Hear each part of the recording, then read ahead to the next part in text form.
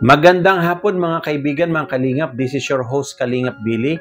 In behalf of Erica Alpon Vlogs, for today's reaction video, maki-update tayo dito sa natapos na vlog ni Kalingap Prab dito kay Dara.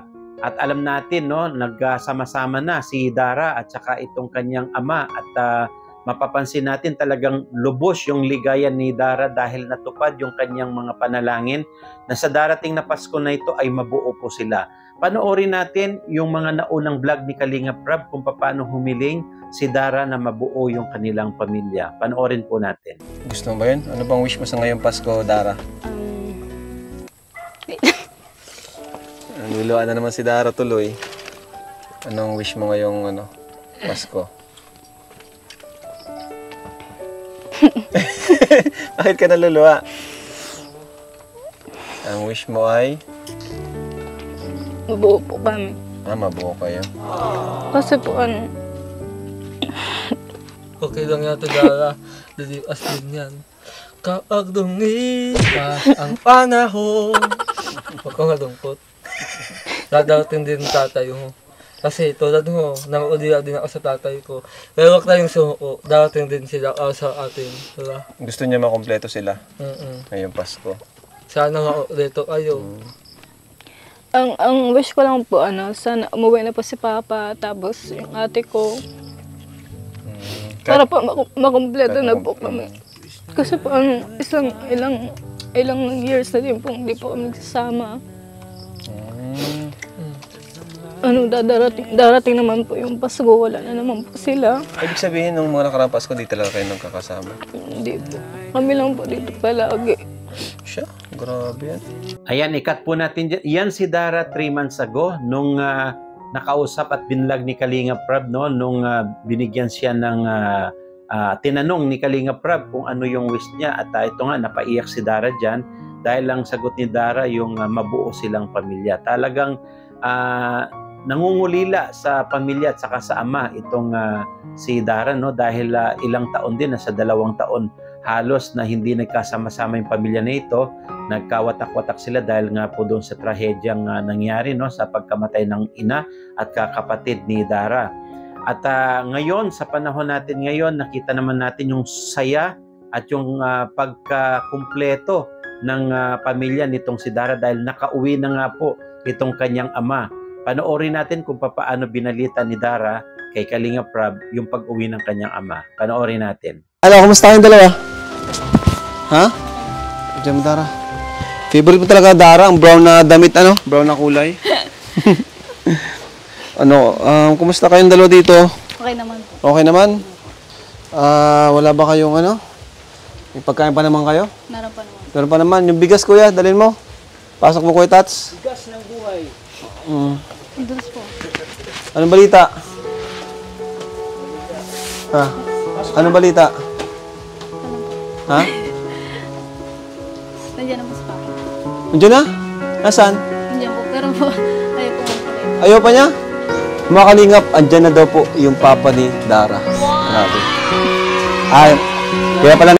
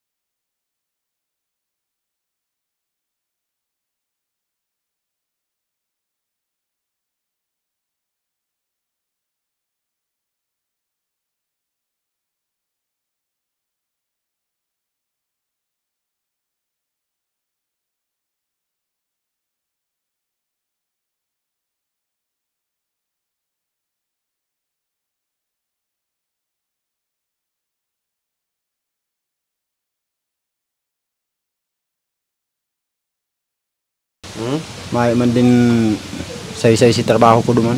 Papuropon duman din ay. Mas gulpi pang tambay kaysa kuya. Parang hindi tuloy-tuloy yung trabaho niyo po. Hindi dire-diretso.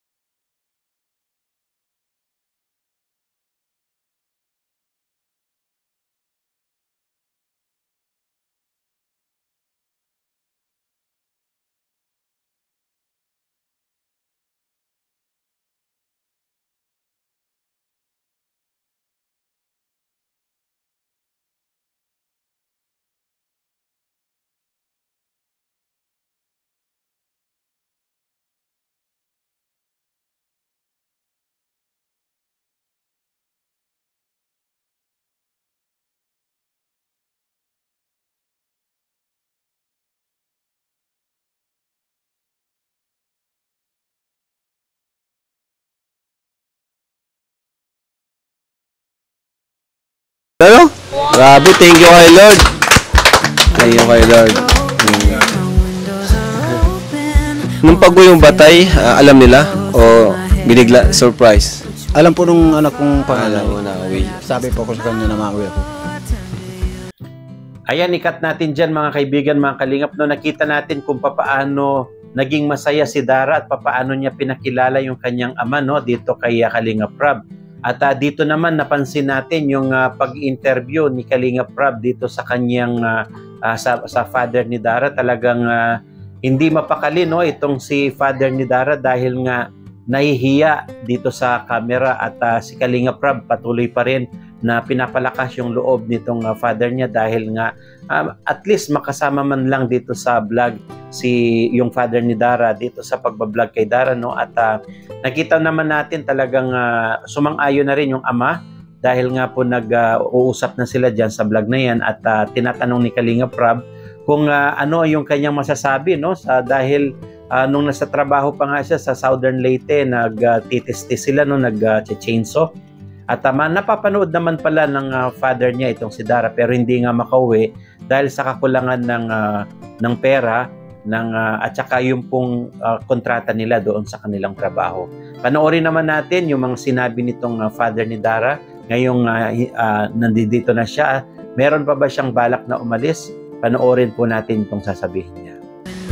Grabe, ano? Grabe din yung sakripisyo tayo, no, na kailangan pa magtrabaho sa ibang lugar. 2 araw may kalahating biyahe. Leyte sir, Leyte. O, taga-Leyte dun si Pure Health. Southern Leyte. Dulo. Kaya pala.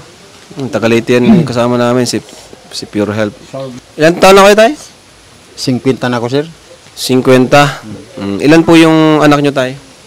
6 yan sir. 6. Tapos, yun nga, nakwento sa amin ni Dara, yung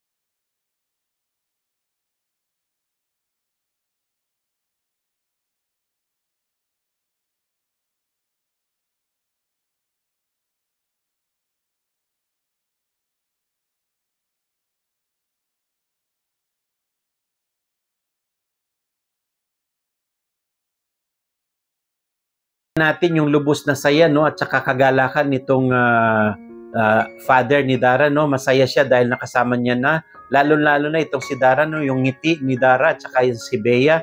Talaga makikita ninyo yung satisfaction at saka yung lubos na saya dahil sa pangungulilangan, no, halos sa 2 taon din yan. At dito naman mapapanood natin kung paano nagpasalamat si Dara sa lahat ng nag-sponsor, sumabaybay sa istorya ng buhay ni Dara, nag-sponsor, no, nagsuporta sa mga pangangailangan ni Dara, nagbigay ng tulong para sa kanyang pabahay at sa kanyang pag-aaral. Panoorin naman natin kung paano nagpasalamat si Dara sa lahat ng mga kalingap na tumulong sa kanya. Panoorin po natin. In-expect ko ba, Dara, na uwi na si Papa mo nung time na yun? Hindi pa po. Hindi. Eh, di na-surprise ka din? Opo. Actually, yun na talaga yung surprise ko eh. Ano yung ano, ay naramdaman, no? Oh, Papa, gano'n. Ano po, syempre po,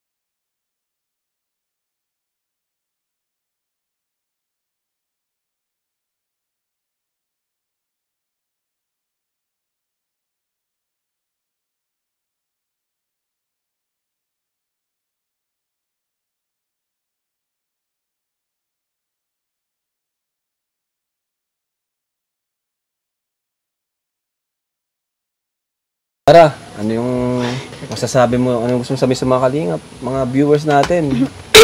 Balita mong naramdaman mo kasi andito na si Papa mo. ano po, sobrang saya. Sobrang nagpapasalamat po ako sa Panginoon kasi umuwi na po. Nadingig po yung panalangin ko, yung wish ko. Yun, sobrang thank you po sa Team Kalingap at sa mga K-Boys at sa King Angels at kay Kuya Bal at kay Ate Edna. At sa lahat pong nagbibigay ng sponsor at sa nanonood, sa mga viewers. Yung maraming salamat po sa patuloy na pagsusuporta sa amin. Yan po. Thank you. So, ayan, thank you po mga kalingap. Thank you sa panonood. At abangan nyo na pa rin po ang mga vlogs natin. Ano? Siyempre, may sorpresa pa tayo kay Dara. Abangan nyo po yan. So, yan po. Thank you so much. At medyo ano na po tayo.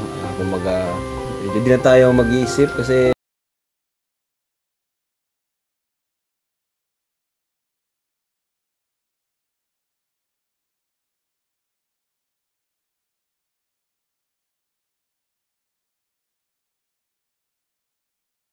Ayan, nakita ninyo at napanood ninyo mga kaibigan, mga kalingap, no? Dream come true at saka itong mga panalangin ni Dara nagkatotoo na. Dahil nga nakumpleto na yung kanyang pamilya, sobrang pasasalamat niya talaga sa Kalingap community, dito sa kay Kalingap Prab at saka dito sa lahat ng mga nag-sponsor, no? Dahil sa kanila nabago yung buhay ni Dara at naging mayroon siyang napasaya na tao at nabuo na pamilya. Kaya maraming salamat po sa panonood dito sa channel ni Erica Alfon Vlog. Isa po ito sa mga sumusuporta, no, sa mga programa ni Kalingap Prab at ni Bal Santos Matubang. Si Erica Alfon Vlog din po yung nag-sponsor doon kay Vianse sa palupa niya. At patuloy po ito nag-sponsor ng iba pang mga pangangailangan ni Kalingap Prab at ng kanyang mga beneficiary. Kaya marapat naman po sana na matulungan natin yung channel ni Erica Alfon. Mag-subscribe po kayo at pakihit nyo na rin po yung notification bell.